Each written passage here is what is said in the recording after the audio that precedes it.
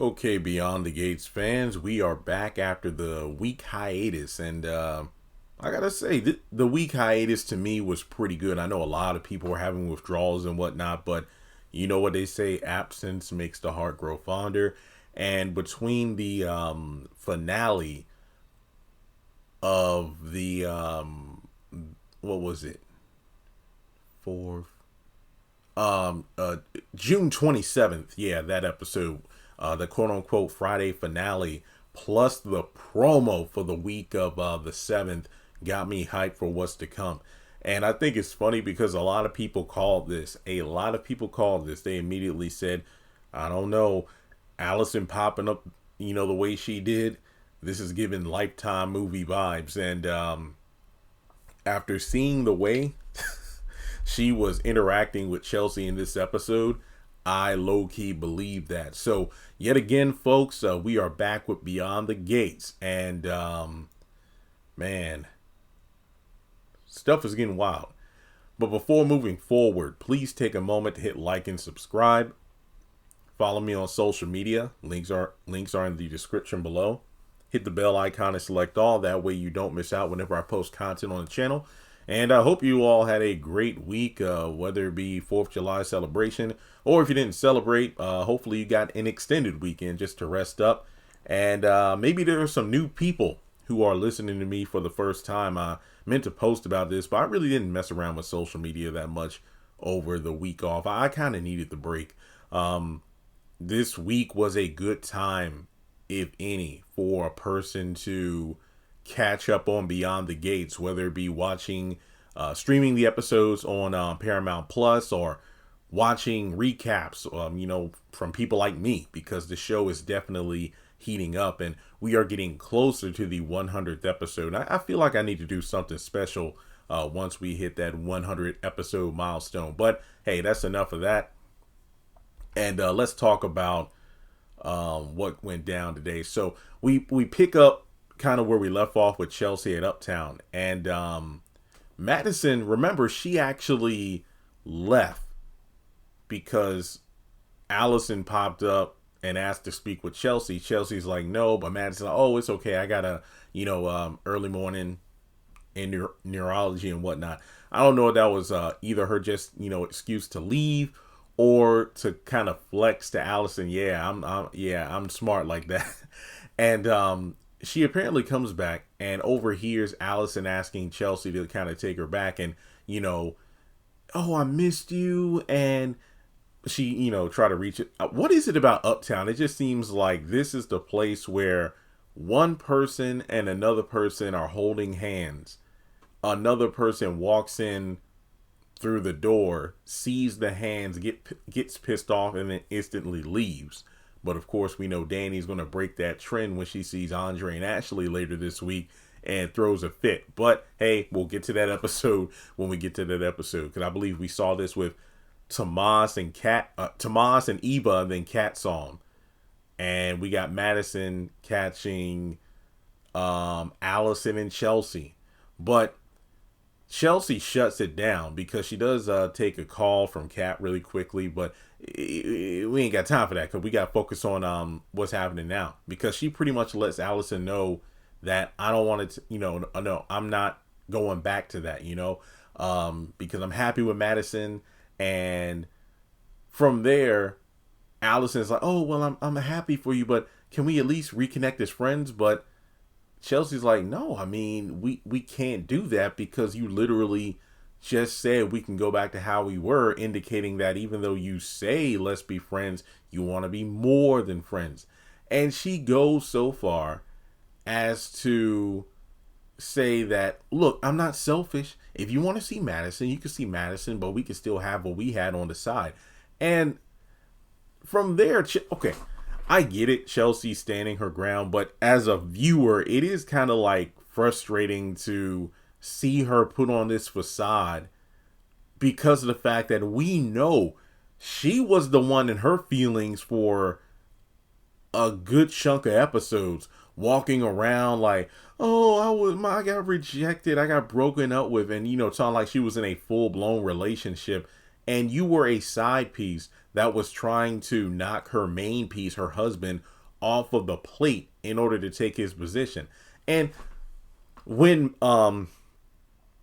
Allison went so far as to say, hey, you can see Madison and me at the same time, Chelsea went for the jugular. It's like, how dare you say that? You know what my dad did to my mom, and you're trying to break up our relationship. Heifer, you were the side piece in Allison and her husband's, I forget his name, Allison and her husband's marriage. You were that side piece. Yet you pulled Chelsea, you pulled Allison aside for a one-on-one meetup at Uptown to ask, hey, so rather than constant threesomes, can we just do our own thing?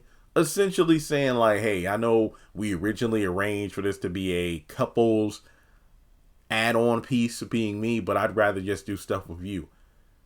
You were literally trying to low-key take this woman away from her husband, yet you have the audacity to pull the, oh, you're pulling my dad on me. That's nah, Chelsea, no.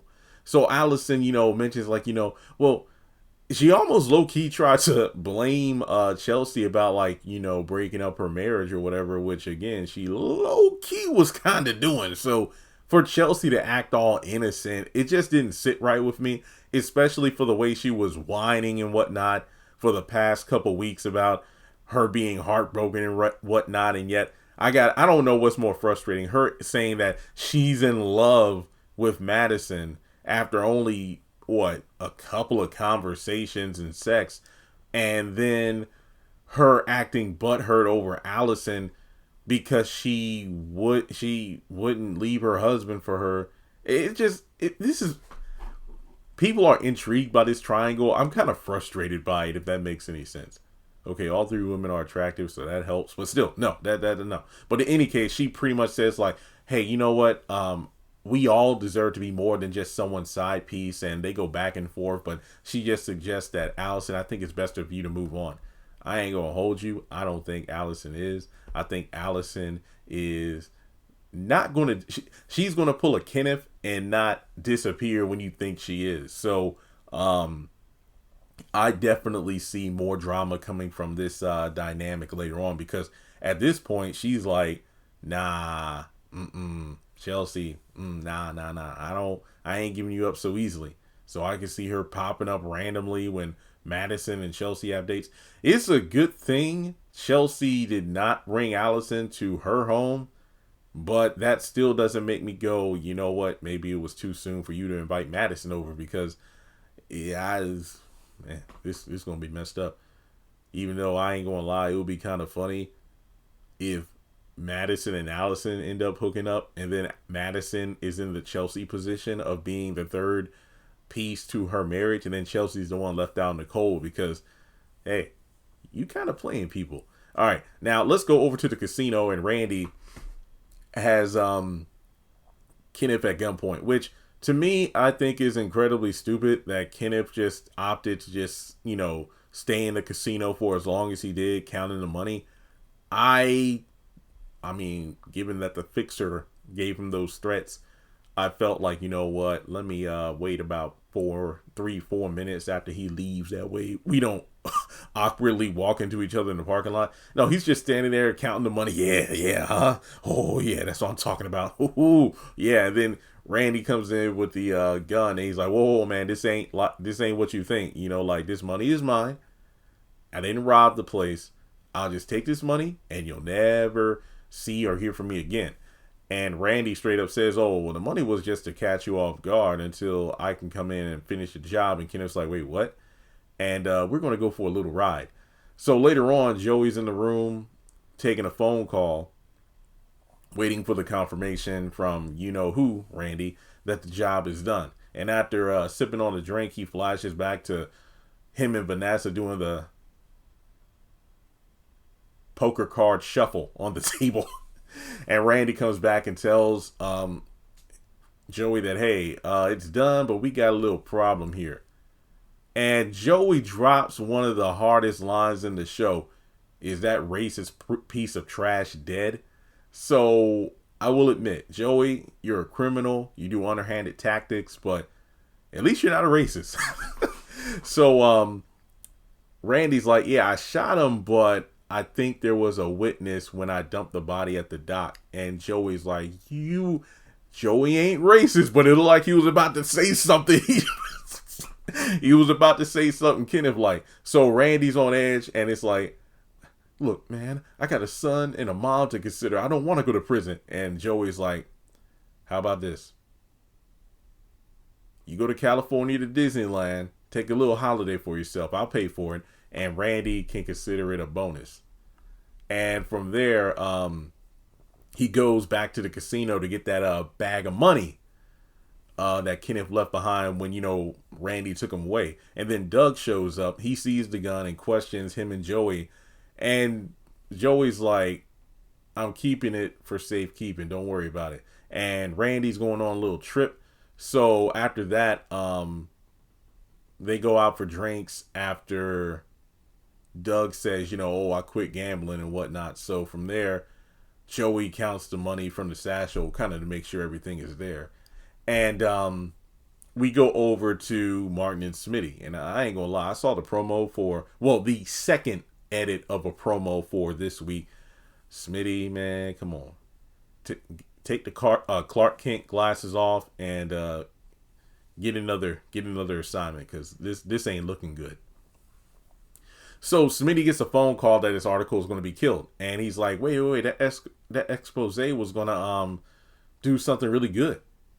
It's going to cement our company as a go-to place for investigative journalism. And come on, I got a lot of stuff for this article. And he disconnects the phone call about Malone and finding him a witness to speak with. Wait, Vernon Dupree? And then from there, Martin arrives and Smitty hangs up, and Martin's like, whoa, what was that call about?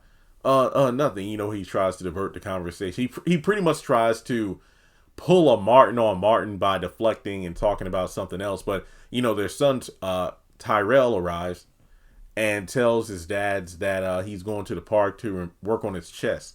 So Smitty's happy that he's getting through his breakup. Wait, did he and that girl, I forgot her name. I know Samantha is his sister's name. You know what I'm talking about? The girl who was the girlfriend of the guy that punched Tyrell in the face for that picture of his underwear being sent to his girl's phone. And then the girl met up with him at the diner, and then they started hanging out. But when she kissed him, he freaked out, thinking that maybe there was an ulterior motive, like this was a setup. So they haven't really reconciled. Dang, that sucks. Okay, so after he goes to the park, Smitty tells Martin about what the phone call was about in regards to the investigation at the police station, about the detective and all this other stuff. But Martin talks about how, look, our family means everything to me, and we both need to do anything to protect it. So from there, Smitty just goes to talk to one of his sources. And after he leaves, Martin calls Bill to leave him a voicemail.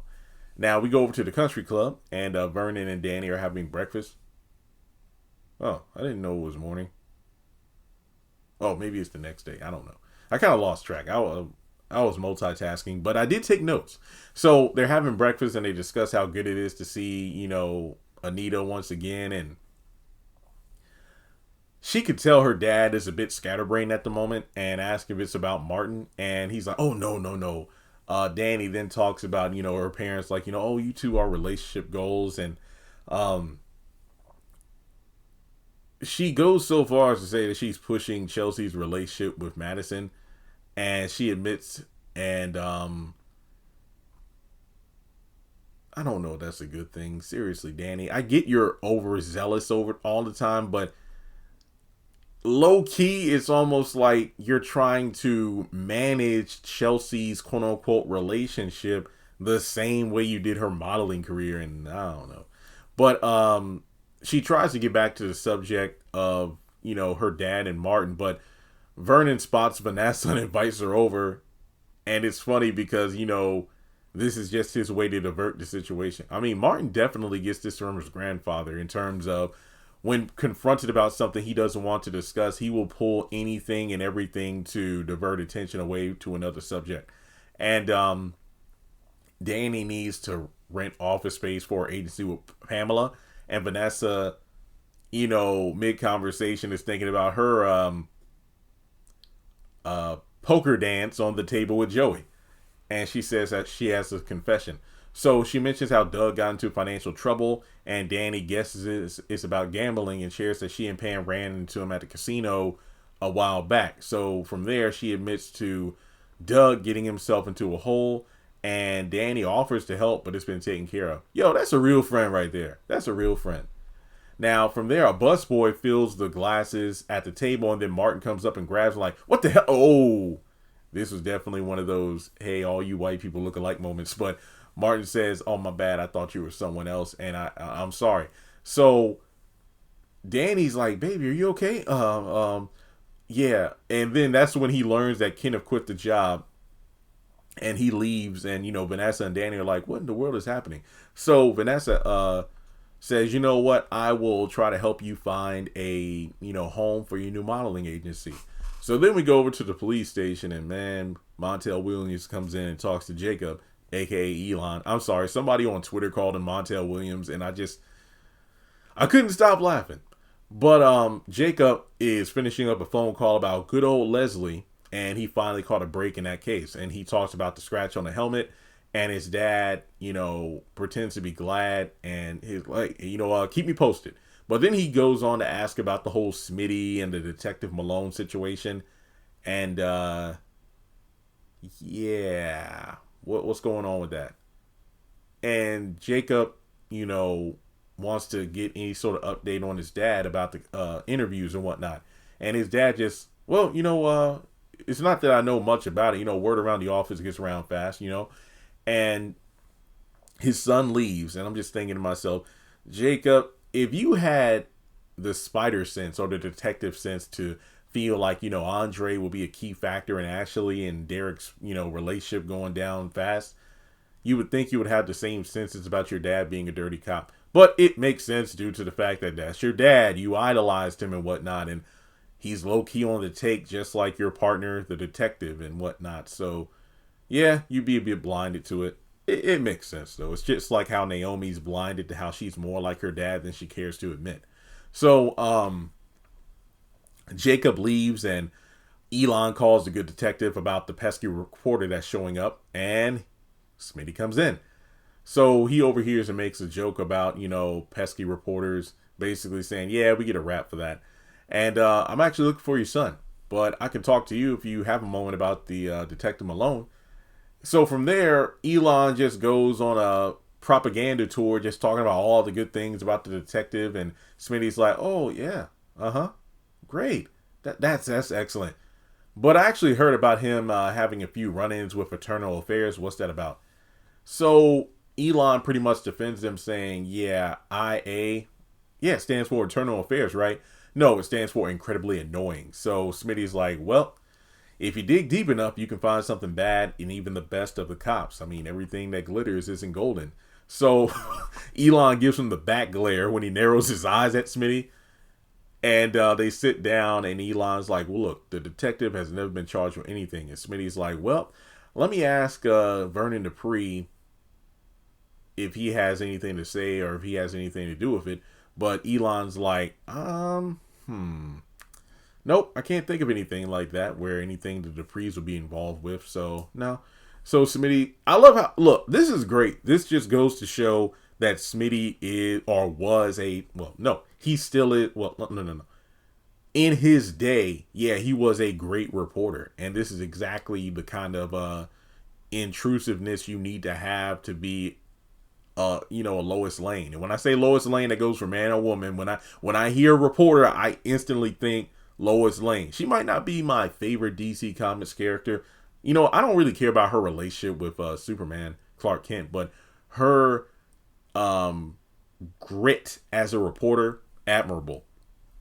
But it's the fact that he would not back down. I think this is something that is most annoying to this police station is the fact that no one's had the balls to go up against them or question them in quite some time, because between the Duprees and Joey and whatnot, everything is pretty secure. Like, they're able to ward off anyone who's trying to dig deep in a subject that nobody wants to uncover. But when you have someone like Smitty who's like, damn the boundaries, damn the haves versus the have-nots mentality here, there's a story here and I'm going to find it out. It's going to cause a lot of resistance, and unfortunately that could spell trouble for him later on. And even worse, it all stems back to a situation involving his husband. And if Martin had been more forthcoming a long time ago, this wouldn't have happened. Now, from there, Smitty tells Elon that Vernon testified on the detective's behalf with internal affairs about 8-9 months ago. So Elon thinks, well, I believe he's going to be entitled to his privacy since the police chief, is just not really giving more information. Smitty's like, you know what? I'm going to go.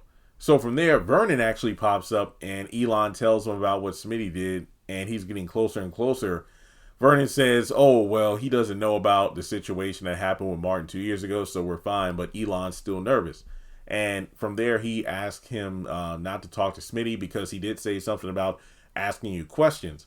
And the detective, come on now. Whew. That's not going to look good for anybody. And from there, they describe him as a distinguished cop and doesn't want him being dragged through the mud, especially with his retirement being right around the corner. And from there, Jacob, denies that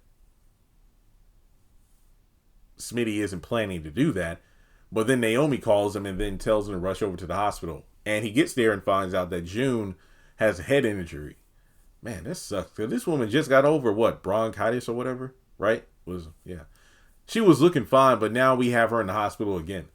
So they go into the room. Madison's there, and she tells them that she's there for a neurological consultation, and it turns out it was an assault. June won't answer any questions, and Madison asked, look, if you can you get her off the streets? And Naomi's like, yeah, we tried. We put her up in a hotel and everything. I can't believe she was still out in the streets. So June passes out, and the photo that she cherishes, those children are still in her hand. And Naomi takes it, and there's a phone number on there, and she calls it and asks about June once a person picks up the other end of the phone, but they hang up on her. So, dang, this photo is really, really ragged, so I can't tell much about it. So from there, we go back over to Uptown, and Doug takes Randy there to get that drink. And Vanessa pops up, and Doug tells her about the situation that he found at the casino with the bag of money and the gun. And they pretty much press Randy for information, and he's like, look, I'm terrified, man. And I'm just thinking to myself, yeah, Doug, Vanessa, you have no idea what you got yourselves into. So after that, Martin gets home and finds Terrell sitting with Kenneth playing chess. And it's like, wait, what? Now, two things. Number one, why would Terrell bring this stranger home? Part of me wants to believe that Kenneth is not actually at the house, that this just happens to be one of Terrell's classmates, white male, because this would be a good way to show that Martin, believing Kenneth is gone, is going to have paranoia where damn near every white man he sees, he's going to envision Kenneth. Because it really doesn't make sense to me why this man will be let into the house. I think this is a hallucination. And it's going to be just like when he was at the country club where he grabbed that white dude. What the hell are you? And it's like just another man. It wasn't Kenneth waiting at the table with Vernon, Vanessa, and Danny. So with that being said, let me know your thoughts in the comment section below. Like and subscribe. And oh, my bad. I'm giving this episode a 8 out of 10. My bad. I forgot to say that at the beginning of the review. 8 out of 10.